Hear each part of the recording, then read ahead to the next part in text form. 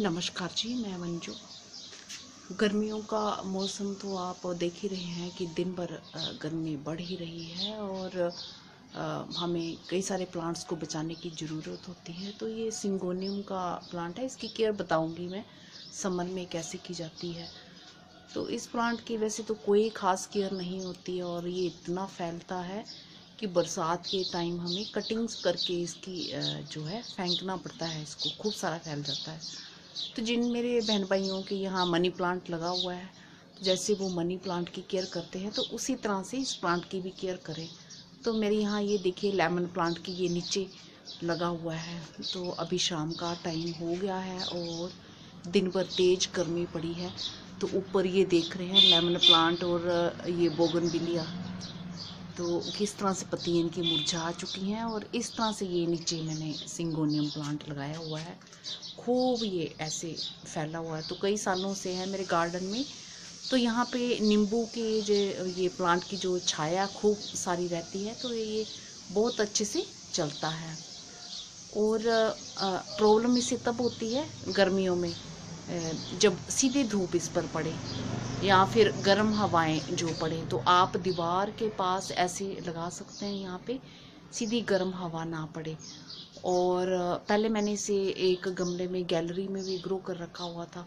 तो वहाँ पे गेट से सीधे दूसरे गेट की तरफ जब गर्म हवा जाती थी तो समर में के हाई टेम्परेचर में इसके जो ये लीव्स हैं ये पूरी बर्न हो जाती थी, सारी अच्छे से पूरे मुरझा जाती थी और पीली होके वो फिर पूरी ख़राब हो जाती थी। तो बरसात से पहले फिर मुझे वो सारा कट करना पड़ता था और कुछ टाइम फिर लगता था दोबारा न्यू लीव्स आने में। तो फिर वहाँ से मैंने ये प्लांट हटा ही दिया। तो ये मेरे शुरू से ही बहुत टाइम से यहाँ पे लगा हुआ है। तो ये हमेशा ही हरा भरा और अच्छा बना रहता है, कोई भी मौसम रहे तो ये बहुत ही बढ़िया बना रहता है। तो बस अब ये है कि ये गिलहरियों ने ये मेरा नींबू का प्लांट यहाँ से पूरा कट कर दिया उन्होंने। अभी शाम का टाइम हो गया है, ये इसका पूरा छिलका जो खा लिया। तो ये एक ब्रांच इसकी सूख गई। तो जो बहुत घनी धूप रहती थी छाया रहती थी इस पे पड़ती थी, तो वो थोड़ी अब कम हो गई है। तो इस चीज़ की थोड़ा ये है। और चिड़ियों ऊपर बैठती हैं, ये आवाज़ भी आपको सुन रही होगी। इस तरह से ये देखिए चिड़ियों ने गंदगी फैलाई हुई है। तो इसको मैं खूब पानी जो देना है, इसको अच्छे से शावर कराना है। मिट्टी जो इसकी बस मॉइस्ट ही रहनी चाहिए और सुबह शाम खूब पानी इसमें दो। तो यही सब करना है। तो मैं सुबह शाम इस पर खूब पानी देती हूँ और बाकी कोई ख़ास केयर नहीं है। आज तक मैंने कोई इसमें फर्टिलाइज़र नहीं डाला है।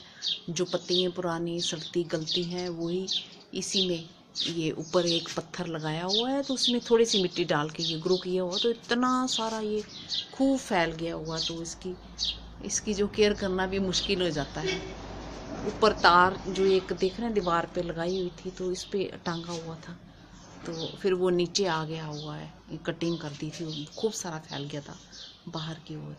तो बस इसी तरह से इसकी केयर करनी है और पानी का ध्यान रखना है और बस लू से बचाना है, गर्म हवा से। तो यही सब इसकी केयर है और कुछ नहीं है।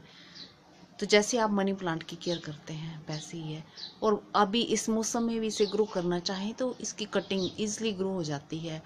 ये लो लाइट प्लांट है और ईज़िली इंडोर भी चलता है। इंडोर भी आप लगा सकते हैं, पानी में भी इसे ग्रो कर सकते हैं और थोड़ी सी मिट्टी डाल के भी इसे ग्रो कर सकते हैं। किसी भी मिट्टी में, किसी भी तरह की मिट्टी में ये चल जाता है। तो बस यही सब केयर है। और अगर आप पूछना चाहें तो पूछ सकते हैं। तो ये मेरा प्लांट देखिए कितना घना, कितना बड़ा है, ये खूब सारा ये फैला पड़ा है और न्यू ग्रोथ भी ये देखिए इसमें हो रही है, खूब ऊपर की तरफ भी हो रही है ये सब।